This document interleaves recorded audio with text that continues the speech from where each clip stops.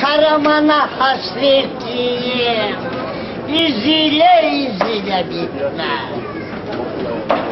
Yollar bir ip, dağlar düğüm, çözüle çözüle bitmez. Kalesi tek bir şaheser, Hatuniye dilsizdir, susar.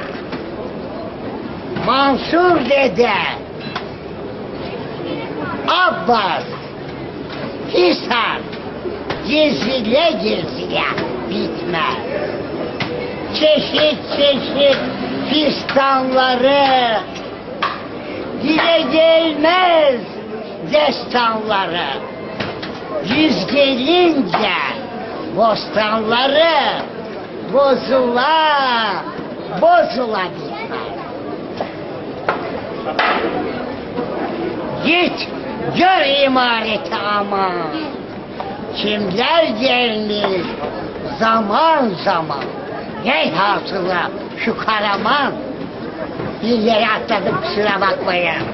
Kırmale yolların sonu, Şam kapıya bakar yöne.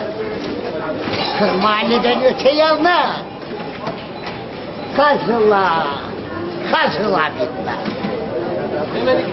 Git gel imareti aman, kimler gelmiş zaman zaman. Ne hasıla şu Karaman yazıla yazıla bitmez. Bekir Sıtkı Erdoğan. Çok teşekkürler. Çok teşekkürler. Sevgili Muammer Baran'ın acizane okudum. Kusura bakmayın. Çok teşekkür ederiz. Sağ olun. Rahatsız etmedim diye mi dinleyenler? Yok estağfurullah. Estağfurullah. Çok teşekkürler. Estağfurullah.